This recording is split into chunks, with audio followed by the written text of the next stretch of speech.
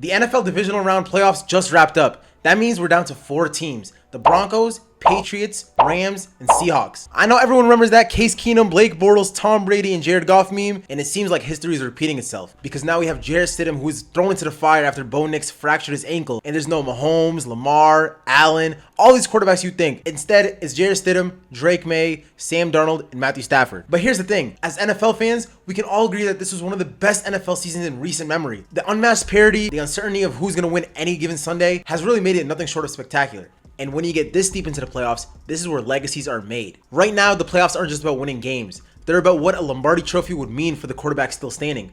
From an unexpected backup being thrown into the fire, to a second-year quarterback trying to revive a historic franchise, to a former bust chasing redemption, and a Super Bowl champion who could stamp a Hall of Fame legacy. Let's break down what a Super Bowl would mean for each quarterback left. All right, let's start with the wildest situation in the playoffs. Jarrett Stidham was not supposed to be here. This season was all about Bo Nix, second-year quarterback leading his team to the best record in the league, 14-3, first seed, home field advantage throughout. And he went toe-to-toe with Josh Allen, except on the second to last play of the game, he fractured his ankle, meaning he would be out for the rest of the playoffs. And so that means that Stiddy, or Jarrett Stidham, has been completely thrown into the fire. Now, this is the hardest one for me to do because he is a backup, so it's not like his legacy is going to be just changed dramatically. But I'm going to say a name, and if you're an NFL fan, it will ring a bell. Nick Foles. For what it's worth, Nick Foles is cemented in NFL history as the greatest backup run of all time. And that's the type of legacy that we're talking about here. Everyone talks about Nick Foles. There could be another one in Jarrett Stidham.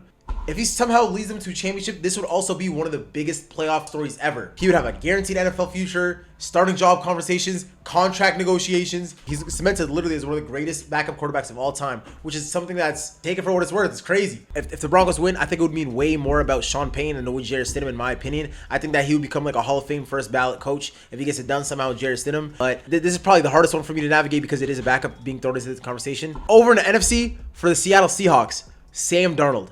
This one might be the most emotional. From being thrown out of New York to being thrown out of Carolina, being a backup, and now he has his team sitting pretty at the 1 seed. The narrative around Sam Darnold has always been that he can't get things done in the big game. Former #1 overall pick, just straight up bust. You know what I'm saying? Can't get it done. People are just moving on from him left and right. He's not really the guy. Until last year on the Minnesota Vikings with Justin Jefferson, Kevin O'Connell gives him a chance.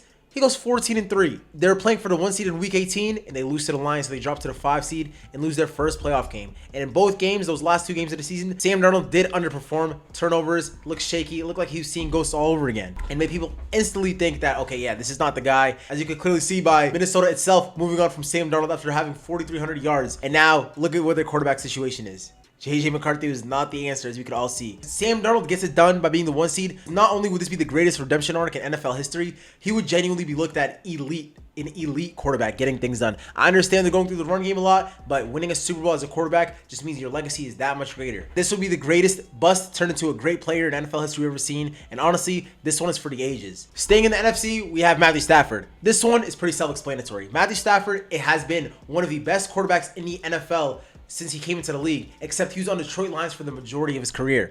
Could not, even though with Calvin Johnson, that was a poverty franchise and they could not do anything, much of anything really in their history. Then all of a sudden, blockbuster trade, quarterback swap, Jared Goff for Matthew Stafford. Now Matthew Stafford is in LA, and him and Sean McVay were a match made in heaven. Already winning 1 Super Bowl, even though Cooper Kupp did get the Super Bowl MVP, that already cemented Matthew Stafford's legacy as a potential Hall of Fame candidate. But if he gets it done this year, again, winning 2 Super Bowls and a potential MVP this year, and a Super Bowl MVP if he gets it, not only is he a Hall of Famer, he's a first ballot Hall of Famer, and we're looking at him as potentially a top 10 greatest quarterback of all time. That's the type of conversation that he would be in if he gets it done this year, which is crazy. Especially being a wild card team, not many wild card teams they get it done. About one every decade or so gets it done. We saw Brady do it. We saw Eli Manning do it. We saw Aaron Rodgers do it. This would be one of the greatest playoff runs in NFL history, and Matthew Stafford would cement himself as a Hall of Famer, legitimate top quarterback of all time, which is crazy. The last quarterback, the most interesting story of all, in my opinion, Drake May. If Drake May gets it done this year and wins the Super Bowl ring, not only is he clearly the best quarterback in his draft class, he's literally on the GOAT trajectory, where you win a Super Bowl in your second year and you're already competing for championships that early in your career. Only GOATs do that. You know what I'm saying? You only got like the rare occasion where you have like Peyton Manning doing it later in his career, but pretty much like you look at Mahomes, you look at Russell Wilson, you look at Tom Brady. Obviously Russell Wilson's not a GOAT, but I'm saying like people that are on that trajectory that are looked at.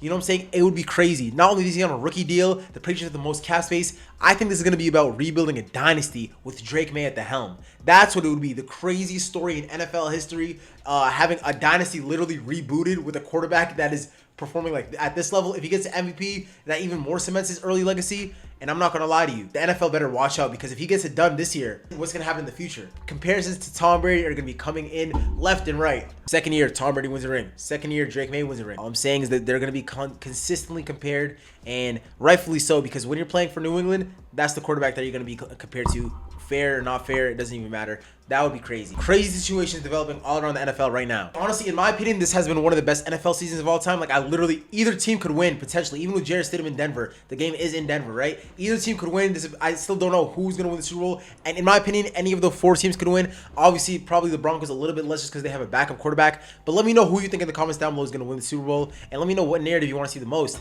Make sure you leave that like, comment down below. Like I said, hit that subscribe if you're new. And I'll see you in the next one. Thank you so much for tuning in. Peace out, y'all.